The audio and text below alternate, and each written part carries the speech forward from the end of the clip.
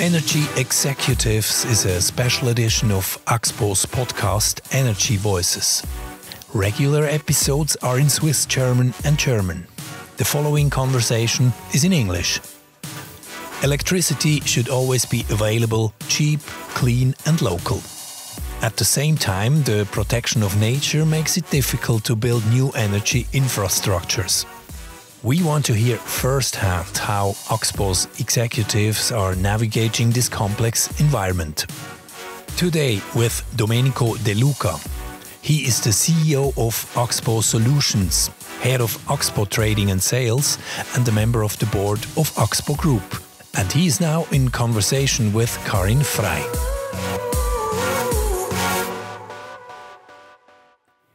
Domenico De Luca. For most people, the energy market is a book with 7 seals. It seems super complicated. You chose this field on purpose, even though you were an engineer. What is the kick for you? Why do you love trading? Well, I love trading in the energy markets because it combines many super interesting features. One is the application of engineering expertise. You need to understand the engineering of the world, of the physics of the world. The other, the application of finance, mathematics, and the geopolitical challenge, because all the activities we are doing, all the products we are trading for us and for the customers are globally. Those prices are set globally and not at the local level. So this makes it fascinating. How important are those things that happen in the world for you? Speaking of crisis, weather, war, peace, Middle East, Ukraine. Do you get up in the morning and are thrilled to hear the news? I am absolutely. I and probably even more all my colleagues working in trading and sales. We are always depending on the news, so we are continuously reading everything what is going on because it has such a big impact on all the things we are doing. You mentioned weather. Weather is becoming more and more important because of the stochasticity of the production. So basically renewable penetration in the market is becoming larger and larger. And so stochasticity meaning that wind and sun is not always there. It changes. Exactly. You don't know when it comes. And so basically so you need to forecast when it is coming. And for that, we have a lot of meteorologists working for us in order to do that. Axpo sells energy, it produces energy. Why does it need to trade? Why is that fundamental? Well, I think it's fundamental because it gives you an understanding of the market, which you wouldn't have without it. And, having such a big production, we started the trading activities basically based on our production, the when we started so many years ago.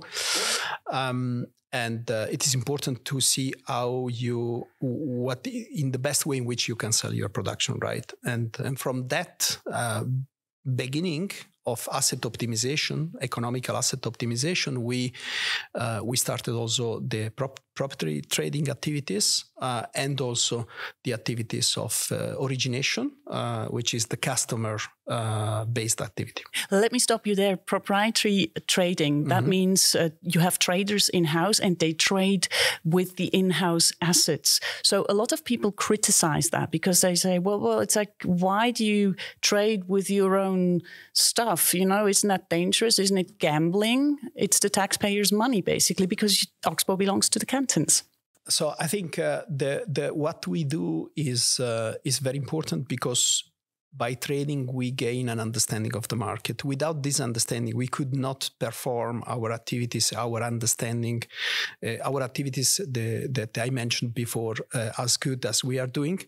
And by doing that, we have consistently made money during all these years. The results of the last years are showing it basically. And I think this comes to the advantages of the taxpayer of the tax revenues in Switzerland and also of the cantons. You mentioned the revenues, I mean, let's be concrete. 3.2 billion Swiss francs, 3,2 Milliarden Schweizer Franken is what Axpo made in 22-23.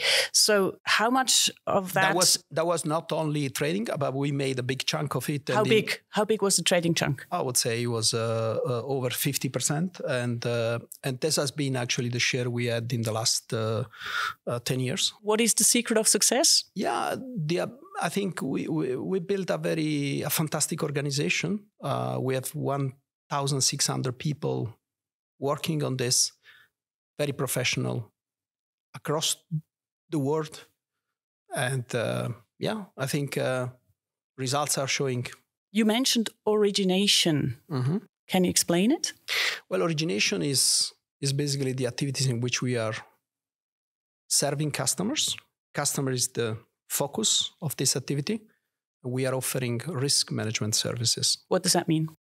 Risk management service means removing, in a simple word, removing risk from customers, and we manage those customers for a fee, so basically for a margin. Can you give a concrete example of what you do? Like a power purchase agreement, for instance? In a PPA, what we are offering is a long-term hedge for renewable power plant. So basically, in this case, the renewable power plants needs to secure the cash flow. First of all, they need to make the investment. In order to make the investment, they need the financing. Usually, those projects are financed 80-20, so means 20% will come from the equity, 80% will come from the 80% will come from the banks, and those banks will require certain guarantee related to the cash flow. In order to guarantee those cash flow, or in order to reduce the volatility of this cash flow, our service, by fixing the price or by providing special features related to energy price for the next 5, 6, 7, 10 years, enables the equity owner to get the financing and enables us basically to make business. And you're doing that in the whole world? We are doing that in Europe mainly. We have done this also in US, and that's basically the two markets where we have been operating with PPA. And I think so in that way, Axpo has also made its contribution in terms of energy transition. So enabling basically new renewable energy to come to the market. Before I ask you about the renewables, what do you do with all that money? I mean, 3.2 billion. Well, actually, this is a decision up to the board of directors what they want to do with the money. So it's not to me, but I think part of the money is reinvested into our security of supply in Switzerland, a big chunk of it. But we are investing also abroad in order to continuously grow our renewable business, at the same time also our origination and trading activities, and of course a big part should go also to our cantons, to our shareholders in forms of dividends. Now, from a trading perspective, is the energy transition more of a risk, or is it a fat opportunity for new business? First of all, I think is an opportunity to answer is an opportunity because the market is so important in the energy transition. In order for the energy transition to be affordable in terms of economics, it should be done on a market intelligent way, and we play an important role being market expert, right? As Axpo in Switzerland, but even more abroad, it will be important. It will give us some opportunities. Domenico, with the energy crisis, it became super clear energy is of crucial importance to any state. If the lights went out, that would be an absolute disaster. So one could say, why leave it to the market that's volatile? Why not make the entire energy complex a state affair, regulated, owned by a state, no market? If you would have had no market, you would have had no price, no price generated by demand and supply. This means we would have had no way to understand the problem very quickly, and we would have potentially had very quickly problem in matching the demand. We should not forget that what happened in 2022 was a lot of gas. 1/3 of the gas is delivered by Russia, and this was missing from one day to the other. And thanks to the high price, Europe was able to, and to the very well integrated energy markets. It's a very good job that Europe did in the last 20 years. So thanks to this integrated market, Europe was able to buy gas from US on a form of LNG. It was able to buy gas from Qatar, among others, and from others. And this gas came to Europe because we were willing to pay 150 euros per megawatt hour, while our normal price in Europe was 20 euros per megawatt hour. So basically what I'm trying to say is that our price that Europeans were willing to pay was way above Chinese were willing to pay, way above Korean were willing to pay, way above Japanese were willing to pay. And these are the big places where demand is going usually. So Europe was able to divert all this gas and came to Europe.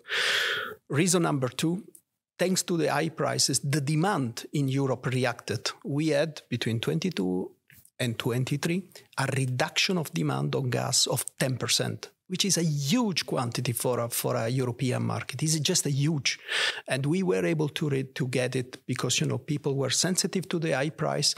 They reduced at home the heating. And this brought home efficiency brought 5% of this reduction, and another 5% came, unfortunately, through some reduction on the industry side. So, but what you're basically saying is that if the price of energy just were high all the time, people would be a lot more sensitive, and we'd do the climate a favor. Absolutely. I mean, I would say it would do a favor to the efficient allocation of the resources. If the price would have not been high, we just wouldn't have gotten any gas from outside. We would have blackout very clearly. I mean, it's very difficult to understand how. Let's put us in a context in which the integrated energy market in Europe would have never existed. Integrated means that it's very well connected, exactly, and everybody trades with everyone. Exactly.